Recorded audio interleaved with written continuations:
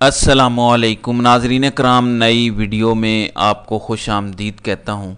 मैं समझता हूँ कि बहुत बड़ी डेवलपमेंट हुई है, बल्कि इमरान खान के अपने ट्विटर अकाउंट से भी अब ये पोस्ट हो गया है।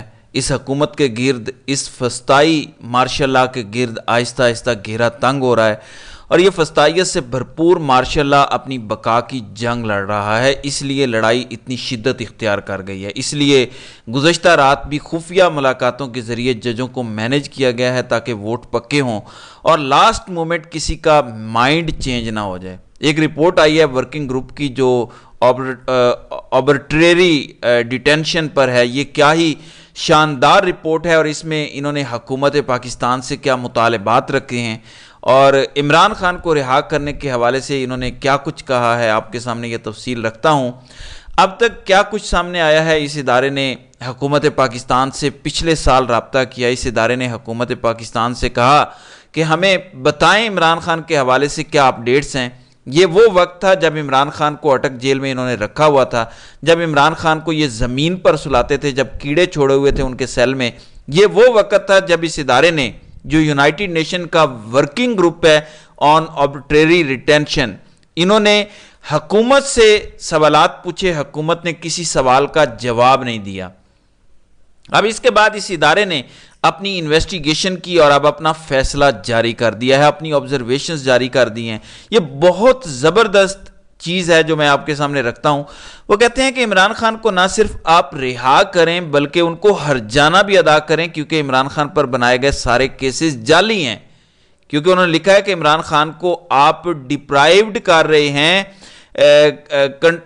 जो आर्टिकल्स हैं इंटरनेशनल 3, 9, 10, 19, 20 और 21 of universal declaration of human rights and articles 9, 10, 14, 19, 22 और 25। ये सारी शिकें आपने यूनाइटेड नेशन के साथ साइन की हुई हैं और आप इन सब की खिलाफ वर्जी कर रहे हैं इमरान खान के केस में।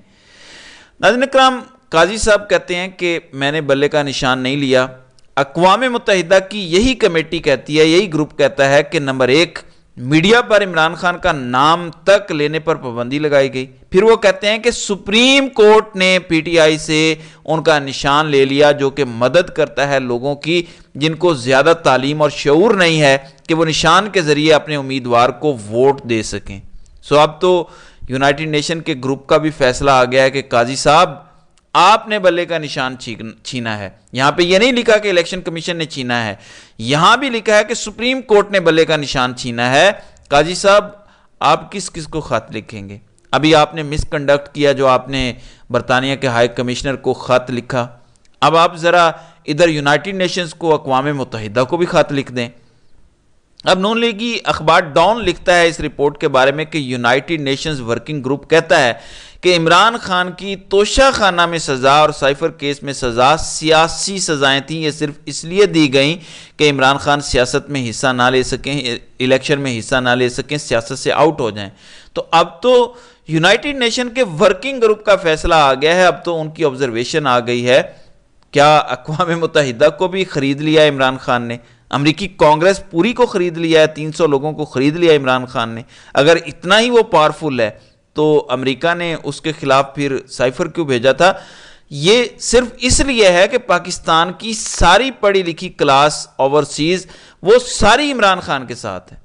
वो बड़े इन्फ्लुएंशियल लोग हैं। अमेरिका में 80,000 डॉक्टर्स पाकिस्तानी हैं, बड़े इन्फ्लुएंशियल लोग हैं। इसी तरह पूरी दुनिया में फैले हुए पढ़े लिखे पैसे वाले पाकिस्तानी, असर और रसूख रखने वाले पाकिस्तानी सभी इमरान खान को सपोर्ट करते हैं। ये उनकी मेहनत का नतीजा है। इसमें हर किसी ने अपना किरदार अदा किया होगा।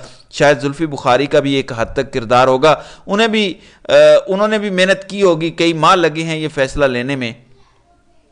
नाज़रीन इकराम, आगे मैं आपको बताता हूं कि फर्दर इसमें क्या कहा गया है कि इमरान खान को साइफर केस में एक केज में रखा गया, एक पिंजरे में रखा गया। ड्यूरिंग ट्रायल इमरान खान के किस तरह हकूक पामाल हुए वो भी आप पढ़ सकते हैं, मैं सारा नहीं पढ़ता। वो कहते हैं कि इमरान खान के साथ जिस तरह का सलूक किया गया साइफर केस में, वो उस आलमी उसूल की खिलाफ वर्जी करता है जिसमें जब तक आप बियॉन्ड एनी डाउट साबित ये ना हो जाए कि आपने गुनाह किया है, आपको मासूम समझा जाएगा। اس عالمی قانون کی خلاف ورزی کی گئی ہے پاکستان کی طرف سے، ریاست کی طرف سے۔ پھر عمران خان کی ایج کے حوالے سے لکھا گیا ہے کہ انہوں نے کہا ہے کہ جو ملٹری اسٹیبلشمنٹ کا منصوبہ تھا، لکھا ہوا ہے کہ 60 سال سے اوپر لوگوں کو ایسی صورتحال میں، ایسی جو جیلوں میں مشکلات ہوتی ہیں، انہیں نہیں رکھنا چاہیے۔ اس کی وجہ وہ بتاتے ہیں کہ ان کا رسک زیادہ ہے، اس کو فزیکل پرابلم زیادہ ہو سکتے ہیں، مینٹل پرابلم زیادہ ہو سکتے ہیں۔ آپ دیکھیں ملٹری اسٹیبلشمنٹ کیا کر رہی ہے۔ آپ ایک 70 سال کے بندے سے اگر صرف دھوپ چھین لیں تو وہ بندہ صحت کے حوالے سے فارغ ہو جائے گا، کچھ اور نہ چھینیں۔ عمران خان 2 وجہ سے فٹ ہیں، ایک ریگولر دھوپ لیتے ہیں، کھلے آسمان تلے ایکسرسائز کرتے ہیں، واک کرتے ہیں، رننگ کرتے ہیں، جم شم کو چھوڑیں، وہ اتنا امپورٹنٹ نہیں ہے۔ دوسرا، عمران خان بڑی پریسائز قسم کی خوراک کھاتے ہیں۔ عمران خان کی فٹنس اور صحت کا راز یہ 2 چیزیں ہیں۔ ملٹری اسٹیبلشمنٹ نے یہ دونوں چیزیں ان سے چھین لی ہیں۔